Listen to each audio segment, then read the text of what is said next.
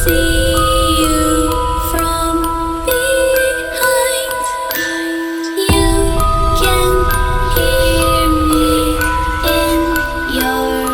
දැන් ටිකක් දුර ආව කැලේ ඇතුලේ හතර වටේම තියෙන එකම විදිහට මම්මුලවල් හතර වටේම හරියට පාරක් හොයාගන්නත් බෑ. මේ හතර වටේම එකම පාර වගේ. දැන් අපි ආවේ මේ පැත්තෙන්. මේ පැත්තෙත් තියෙනවා පාරක්. මේ පැත්තෙත් තියෙනවා පාරක්. මේ පැත්තෙත් තියෙනවා පාරක්.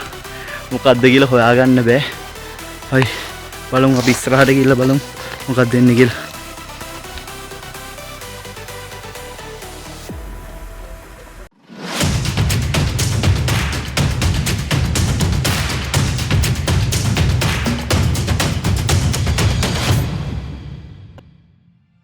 ඔන්න අද අපි යන්නේ දොළොස්බාග් කඳුගන්තියේ දෙවනියට උසම කන්ද රාසගල. එහෙම නැත්නම් කිනිහිරි කන්ද හයික් කරන්න.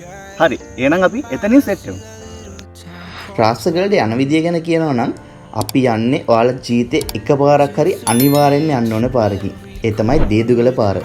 මේ පාරේ යනවා නම් ඔයාලා ලස්සන දියලි ගොඩකුත් බලා ගන්න පුළුවන්. උදාහරණයකට කියනවා නලගන ඇල්ල, රිකිලි ඇල්ල, රුක්මල් ඇල්ල වගේ දියලි ගොඩක් මේ පාරේදී ඔයාලට ලේසියෙන් බලා ගන්න පුළුවන්. මේ දේදුගල පාරේ දිගටම ආවට පස්සේ ඔයාලට රාසාව ටී ෆැක්ටරියට යන පාර හම්බෙනවා. ඒ පාර එච්චර හොයාගන්න අමාරුවක් නෑ. උඩවත්ත සුපර් සෙන්ටෙක් ගාවින් තියෙන අතුරු පාරෙන් තමයි යන්න තියෙන්නේ. පාර පටන් ගද්දිම ගහලා දෙනවා වෙල්කම් ටු රාසාව ස්ටේට් කියන බෝඩ් එකකුත්. ඒ පාර කෙලින්ම ගියාම ඔයාලට කිසිම ප්‍රශ්නයක් නැතුව රාක්ෂාව ටී ෆැක්ටරිය ගාවට යන්න පුළුවන්. ඔන්න දැන් අපි බයික් දැම්මා මෙතනින් දාලා මෙන්න මේ පාර දිගේ උඩට යන්න කියලා තමයි බලන්නේ. මෙන්න මේ පාර උඩටම ගියාම හම්බෙන රාසාව ටී ෆැක්ටරිය. ඒකේ ගේට්ටුව ඇරලා තියෙනවානේ. එහෙමම උඩට ගිහිල්ලා මෙන්න මේ ගල් හරියට යන්න පුළුවන් කියලා තමයි කිව්වේ. දැන් අපිට අද ගේට් එක ඇරලා නැහැ. ඒකින්ද අපි චුට්ටක් ආපහු ආපස්සට ඇවිල්ලා මෙන්න වතුර පාරක් හම්බෙන් තැනක් තියෙනවා. එතනින් අතුල දාලා කොන්ක්‍රීට් දාලා තිනවා. මෙන්න මෙතනින් බයික් දැම්මා. බයික් දාලා මෙන්න මේක දිගේ උඩට යන්න තමයි හදන්නේ. ගල තියෙන්නේ අන්න අර හරිය. අන්න අර පැත්තට තියෙන ගල. හරි. එහෙනම් අපි යමු.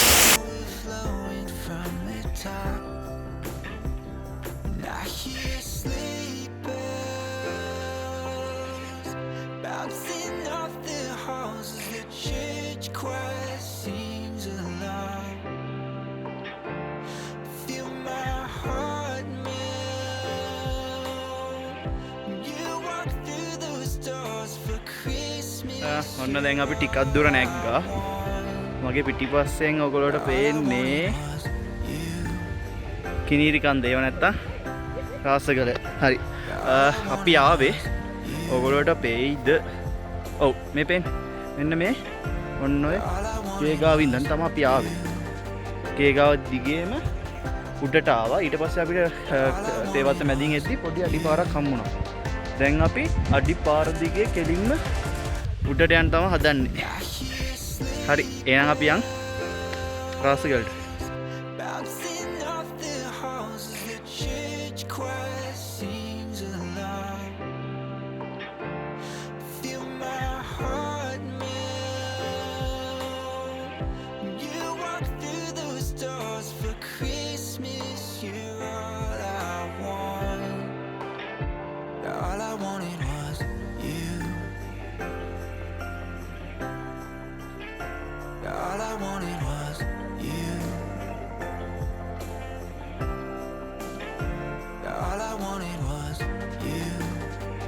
අපිට මෙතනින් හැරලා ගියාට පස්සේ හම්බෙන්නේ අපිට හම්බෙන අන්තිම ගෙවල් පේලිය. මෙතනින් පස්සේ අපිට කිසිම ගයක්වත් පාරක් අහගන්න කෙනෙක්වත් කවවත් හම්බ වෙන්නේ නැහැ.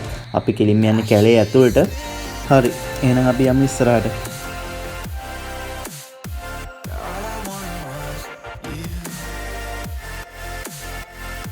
ඔන්න දැන් අපි කැලේ ඇතුළට එන්ටර් වෙන්න හදන්නේ. මෙතනින් තමයි අපිට යන්න තියෙන්නේ. අපි ආවා කිලෝමීටර් 2ක් විතර මෙතෙන්ටත් එන්න අපි ආපාරටිය හොයාගන්නත් අමාරුයි. කොහොම හරි මෙතෙන් දැන් අපි ඇවිල්ලා තියෙන්නේ. මෙතන ඉඳනුත් අපිට කිලෝමීටර් 2ක් වගේ යන්න තියෙනවා. හරි. එහෙනම් අපි යමු කැලේ ඇතුළට.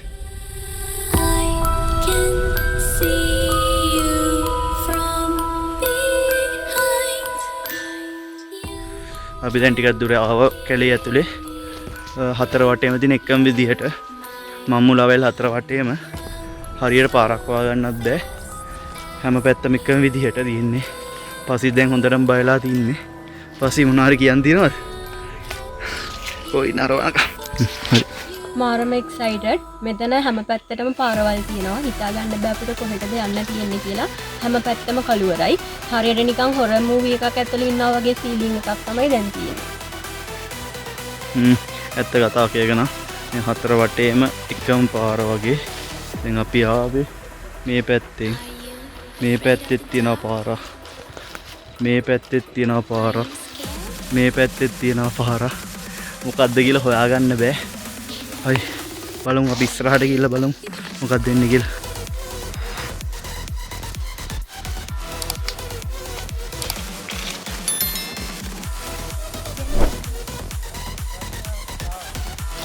පැන්නක් නේද තියෙන්නේ? ඔතනින් කලාව ඉවරයි.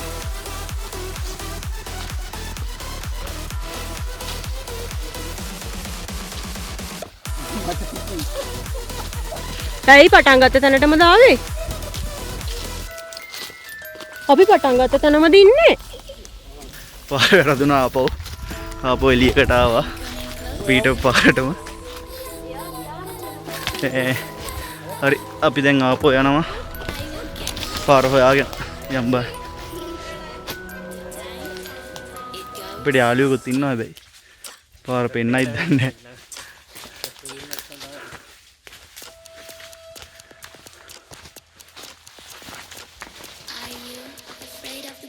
අපි දැන් ඇතුළේ ඉන්න රාස් අඩවියකට.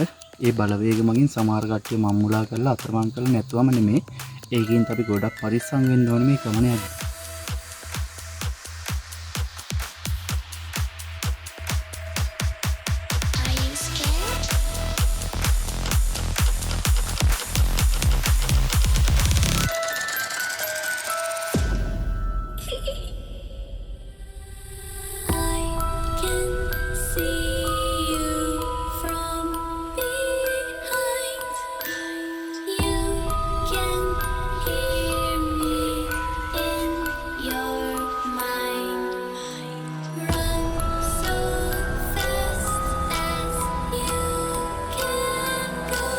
ඔයාලටත් පේනවා ඇති මේකේ පාර කොච්චර අමාරුද කියලා හොයාගන්න.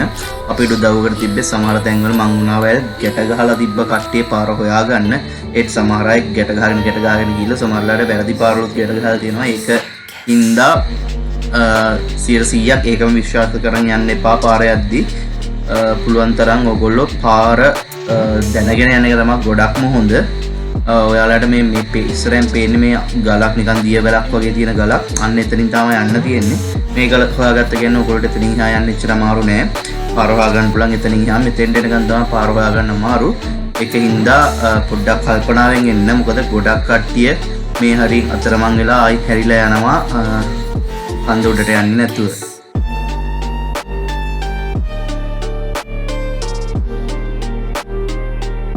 මංමුලා වැල් ටික පහු කරගෙන ආවට පස්සේ අපි හිතුවේ ඇත්තටම හරිම ලේසියෙන් දැන් කන්ද මුදුන්ට යන්න පුළුවන් වෙයි කියලා. ඒ වුණාට ඇත්තටම අපිට උනේ අපිට හිතුණා ඇත්තටම මේ මංමුලා වැල් ටික තිබ්බනම් ඊට වඩා ලේසියි කියලා. මොකද ඊට පස්සේ තමයි අපිට අමාරුම හරිය සෙට් උනේ. පාරට සම්පූර්ණයෙන් ගස් කඩන් වැටිලා පාර වැහිලා. එතකොට අපිට යන්න ඕනේ ඇත්තටම ගස් අස්සේ රිංගලා බඩ ගාලා එහෙම. ඔයගොල්ලෝට මම කියනවා මේක කිනිහිරි කන්ද නගින්න එනවා නම් ලේසියෙන් එන්න පුළුවන් කියලා නම් හිතන්න එපා. පොඩ්ඩක් ඔයගොල්ලෝ පොඩි කට්ටක් ගන්න වෙනවා අනිවාර්යෙන්. පාර හොයාගන්න. ඒ වගේ මේ වස්සේ රින් ගන්න. ඒවටත් ඒකින්ද අනිවාර්යෙන්ම සූදානම් වෙලාම ඉන්න.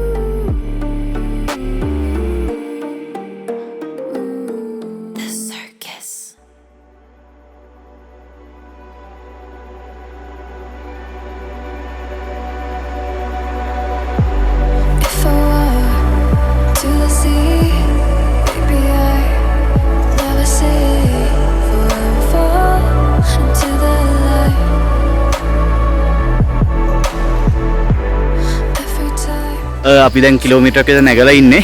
මුලින්ම අපිටත් පාර වැරදුනා. ආපහු අපි ආපතෙන්ට ගිහිල්ලා ආපහු මුලින්ම තමයි ආවේ. දැන් යන්න තියෙන්නේ මෙන්න මේ වගේ මේ ටික.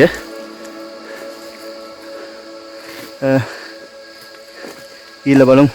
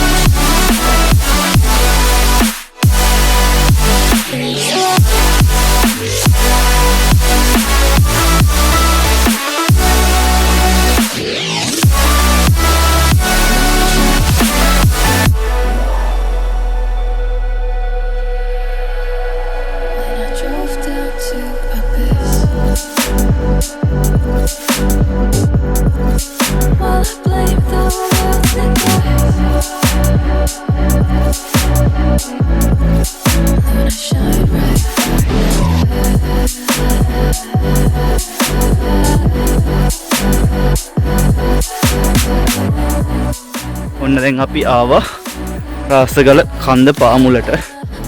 ඔයාලට පේන ඇති මගේ පිටිපස්සෙනුත් පාරක් තියෙනවා. ඒ වගේම මේ පැත්තෙනුත් පාරක් තියෙනවා. ඇත්තටම කියනවා නම් මෙන්න මේ පාර යන්න තියෙන තනි කෙලින්. ඒක හින්දා අපි මේ පාරේ යන්නේ නැතුව අපි තීරණය කළා මෙන්න මේ පාරේ යන්න. හරි එන අපි යමු.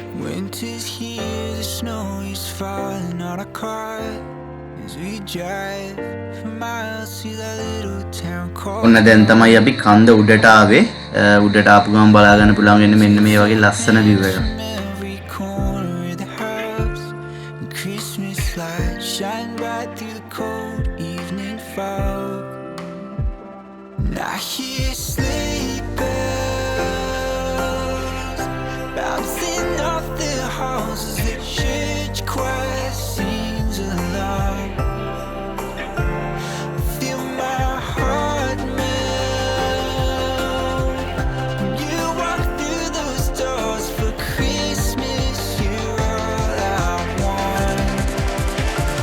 All I wanted was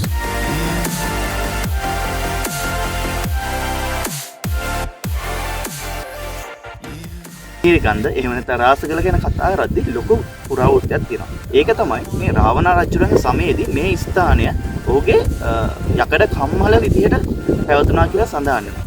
ඒ වගේම එක්තරා දවසක මේ යකඩ කම්මල ගිනි අරගෙන මගේ මේ පිටිපස්සෙන් තියෙන ගලත් ඒ වගේම එහා පැත්තේ තියෙන ගලත් නිර්මාණය වුණා කියලා කියනවා. ඒ වගේ මේ ගලේ විශේෂත්වය තමයි කෙලින්ම රාස මූණක්. එහෙම නැත්නම් මුහුණක් විදිහට තමයි මේ ගල නිර්මාණය වෙලා තියෙන්නේ.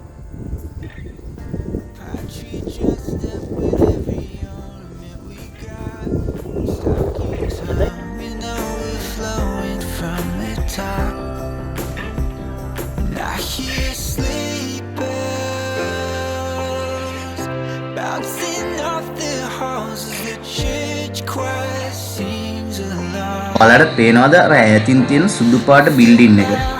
ඒක තමයි රාක්ෂාව ටී ෆැක්ටරි එක. අපි ඔතන ඉඳන් තමයි අද අපේ ගමන පටන් ගත්තේ මේ කිනිහිරි කන්ද නගින්න.